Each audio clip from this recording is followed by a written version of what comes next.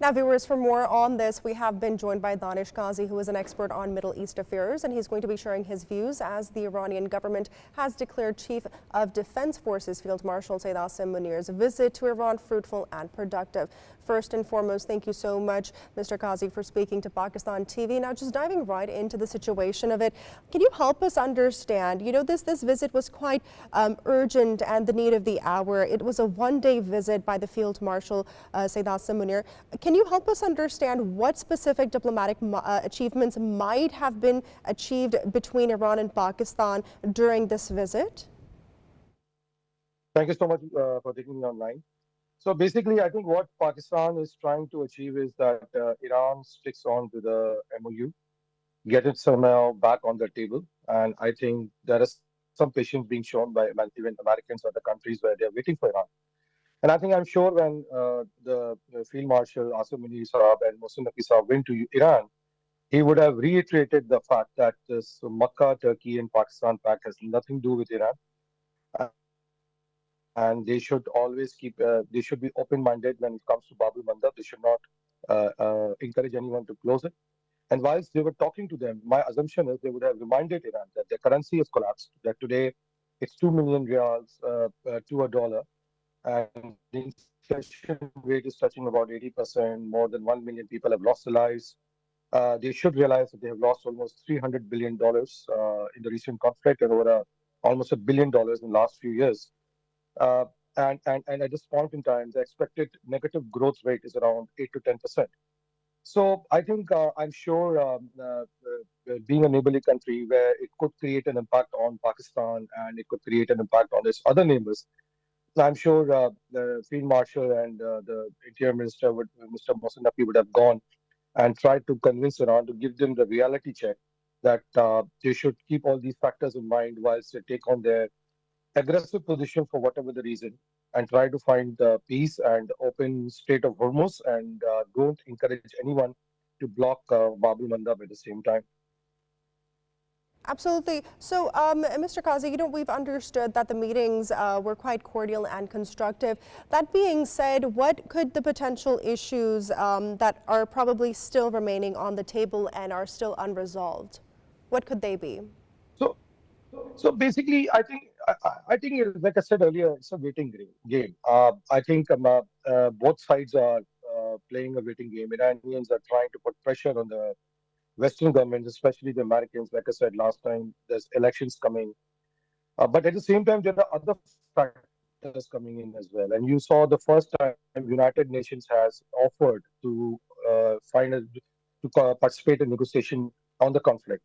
But as we speak, the agriculture costs will go up because, as you understand, ammonia costs have gone up, nitrogen costs have gone up, which will eventually impact on the food cost. The fuel costs have gone up. And at the same time, the shipping costs have gone up, which will have an inflationary impact on the GCC as well. We must not forget, I think, as we were going through some data, what I found out that the US oil reserves are technically down to 290 million barrels, which is used to be about 450 million barrels just about before the war. And the European stockpile has gone down from 120 days of reserve to 90 days of reserve. And if the conflict continues, the stockpile may survive for another 6 to 7 months. For the US, the import dependability is under 40 to 45 days. So I think both parties are playing on the waiting game.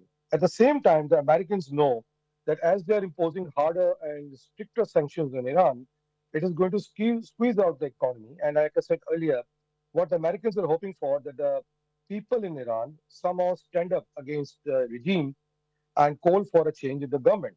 So I fear that this is a waiting game going on, and whatever anyone would bring on the table, they would find another reason to negotiate further because Iranians are banking on the fact that if in the midterm elections which are coming in US, Trump loses ground, which is possibly so, as we hear from the Americans and the US friends in the US, and there Trump may have a weaker leverage on the table, but what they are miscalculating is that if Trump loses domestic front, he may then put all his energy on the international front, and he may come back more viciously towards Iran than he has till now.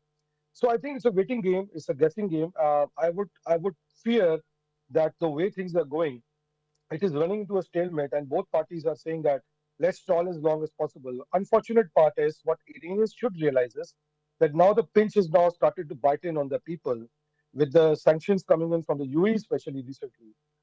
Things are going to be tough for the common masses, whilst they may try to prove a point, but from the military perspective, but from the civilian perspective, also social perspective, there are things are going towards a difficult direction. Very well and comprehensively explained. I also want to bring the element of Oman. You know, we've understood that Iranian foreign minister has met with his Omani counterpart in Tehran to discuss the bilateral and regional issues. So that being said, there's also this stress on Oman as well regarding the Strait of Hormuz, especially when it comes to the pressure that is being exerted by the United States of America. Could you shed some light on that as well? See, I don't think, in my opinion, Oman will take an independent decision. As you would see, the Sultan of Oman was recently in UAE, and after that there was an attack from Iran.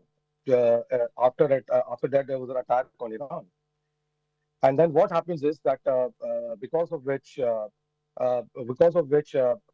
think UAE will not take an independent position at all. Sorry, Oman will not take an independent position at all. So if Oman will at all go into a discussion with Iran on joint control of Strait of Hormuz, they will definitely would want the other GCC countries to be in their confidence as well, including UAE.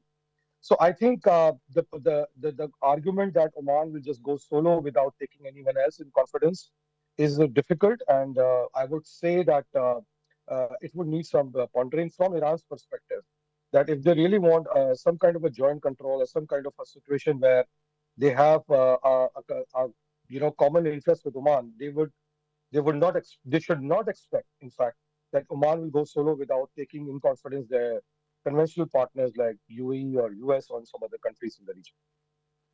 All right, no, thank you so much for providing us with your expertise and your valuable comments. Viewers, this was the expert on Middle East affairs, Danish Ghazi. Thank you once again for speaking to Pakistan TV.